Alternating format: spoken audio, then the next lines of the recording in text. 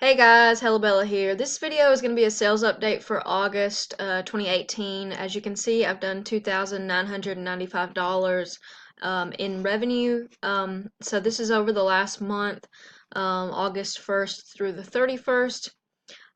Pretty good considering I'm still kind of working part-time on this business and don't have a lot of time to source right now. But I just want to go over the top categories that I sold in and kind of, make sense of the numbers. As you can see here, I sold 164 units. This time last year I had sold 2,600, so 300, almost $400 less last year. So that's pretty good considering I was really trying last year. Um, so this basically tells us our ASP, $18.49. This is the average order. I would really like that to be closer to 20, 25, but it doesn't always happen, especially when I'm trying to get as many books in as I can. 164 units ordered. That's pretty good. Most of the revenue came from books. 96%, almost 96.5% really came from books. So the other categories were music, that was a couple of vinyl records, home, video games, home improvement, grocery. I do need to get some more grocery items in. I was actually doing pretty well with grocery. I was doing a couple hundred a month in grocery alone. So I need to just pay more attention when I go to Publix and places like that, because even though you feel like you can't make money off of stuff, you really actually can. I've made good money off of things from Publix to buy one get one freeze. Um, so this is basically a big picture view of the month. To tell you guys the truth, I think I only sent in like maybe 5 shipments in the month of August. I'm just clicking around here to try to find out.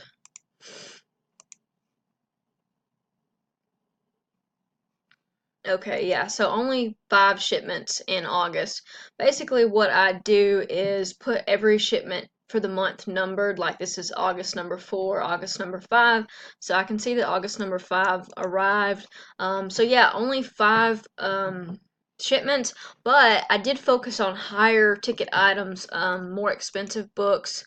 Um, as you can see, this is a list of stuff that I've sold in the past week or two.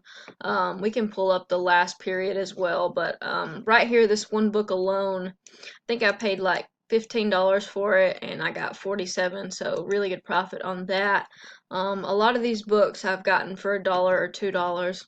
Let me try to pull up the last period so we can look over that really quick. Okay, this is stuff that would have gone on the last payout. So, trying to look for any outliers. A microbiology book. I sourced that book online for like $8 and sold it for $32.99, and so I made 20. So I made like $12 profit. Not amazing, but also something that I did from my computer, so I didn't have to go out and source for that. Let's see. Another biology book. I know I paid like $3 for that, and I got 21. Oh, here's another copy of that biology book, just a giveaway for you guys. You can get it for $7 to $8 and typically sell it for 35. So that's a good example of a Amazon to Amazon flip. And there's a lot of good eBay to Amazon flips. So if you haven't played around with that, I would encourage you to take $100 and see what you can do. Because you can probably turn 100 into um, at least 300 in a pretty short amount of time.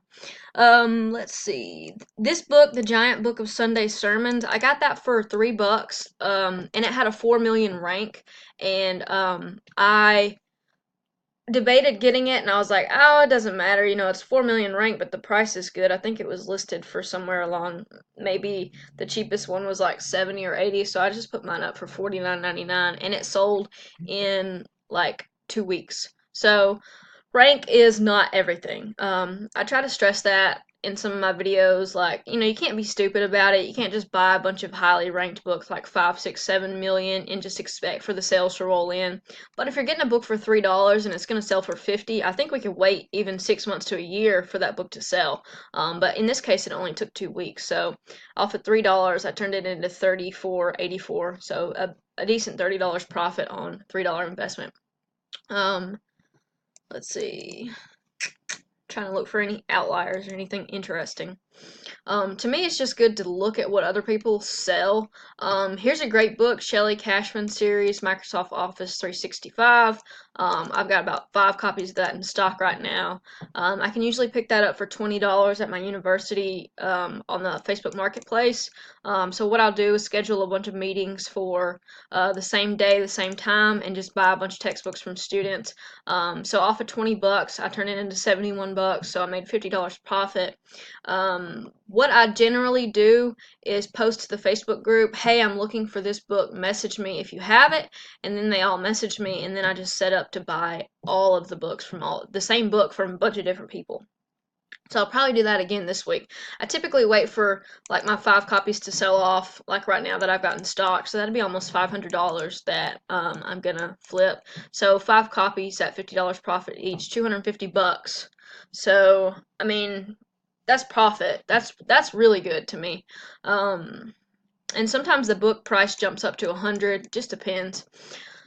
Let's see. This book is another one that I got for $20. $89.99 was the sale price, so that was another good flip.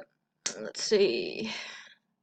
Here's an example of a book that I got for 50 cents. It only sold for $9.90, but I got $4.20 on it, so I mean I made a decent profit. That's sort of what you'd call your bread and butter items because you don't make a lot of money off of them, but it's a guaranteed quick flip because the E-Myth Revisited, the rank is like in the 1,000 or something like that. Let's keep flipping through because I think this is pretty useful info. Especially if you're not a bookseller, you need to understand that this takes a lot of practice. Like, this is not something that happens overnight. Used to be I would scan every book on the shelf, then it got to where I knew what shelves to look at, and now I can pretty much tell what books to look at. I can just sort of feel them out. And I know a lot of people have different methods. A lot of people do the scanner and they just scan everything. But I sort of have my own little way of doing it, and you can create your own way too. It just depends on what your goal is and what you want your margins to be. But pretty much, I don't turn down anything I can make money off of. Like, if I get a book for $1 and I can make 3 or 4 off of it, I'll go ahead and buy it. Here's another one of those really cheap books. The Power of Now cost me 50 cents. Made $3.50, so $3 profit off of 50 cents. So, you know, it's not very much money, but you do that 100 times and it's $300. So just think about it like that. Think about it in terms of scalability.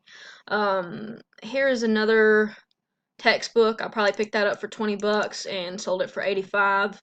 Some PR books. All these textbooks that are priced closer to $20 range are the ones that I pick up for 2 to 3 at the thrift store.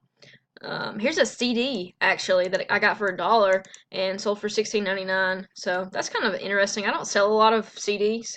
I probably should look into that more because I know it's incredibly lucrative.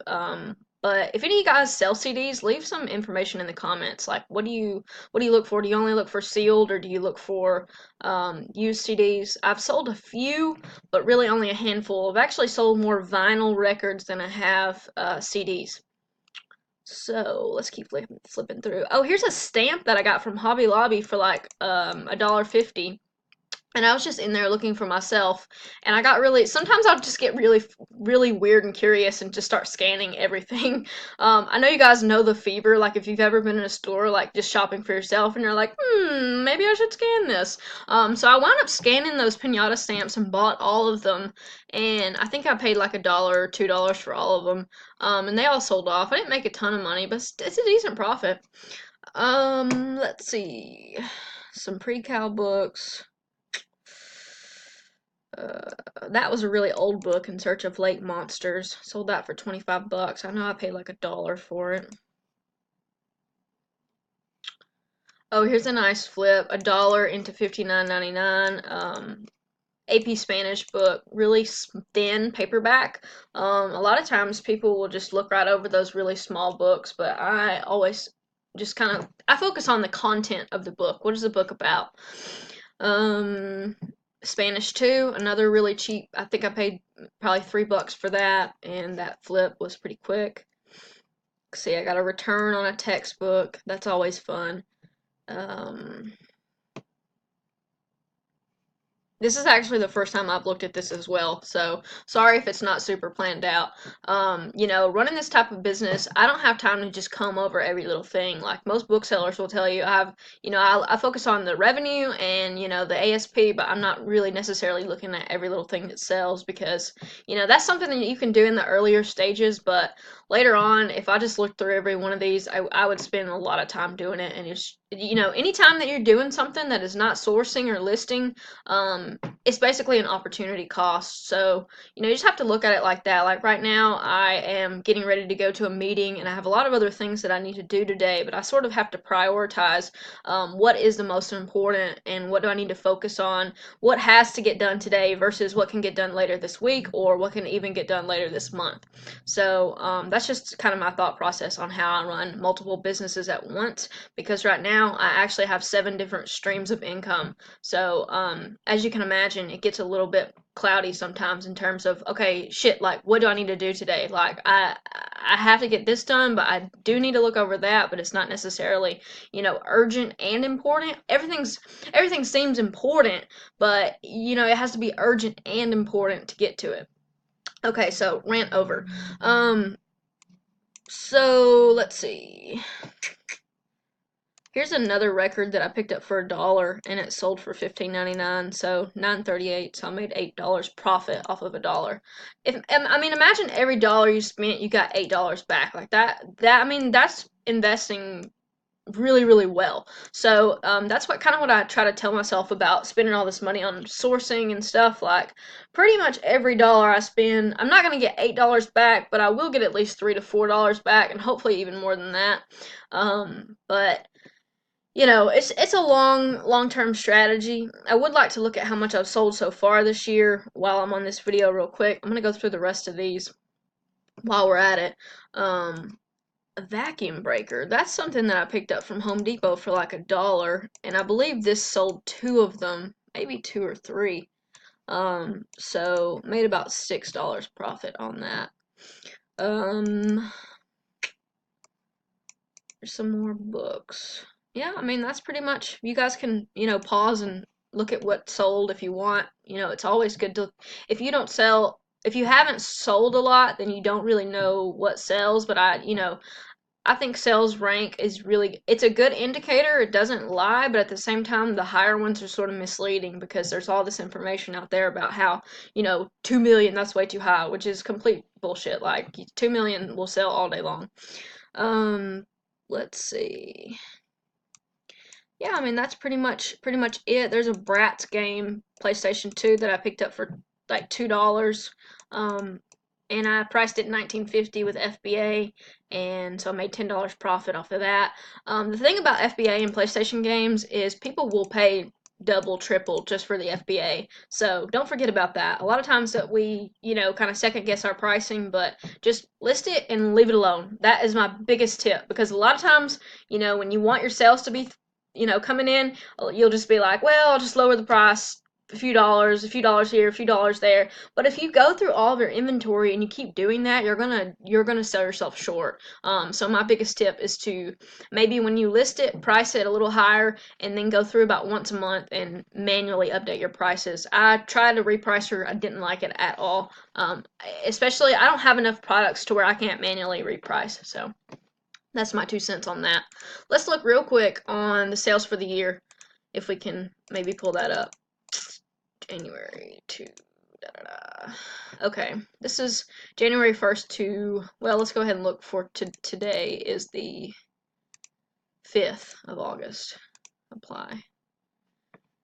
Alright, so we're at 25,557 in sales for 2018 so far with an average ASP of $20.90. You guys, I gotta be honest, I haven't really focused a whole lot on FBA. You guys know that I'm doing other things, but I'm gonna try my best to get to 30 grand by the end of the year. I'd like to at least get to that, and that's really my goal, to keep fueling this business so I can, work on my other businesses.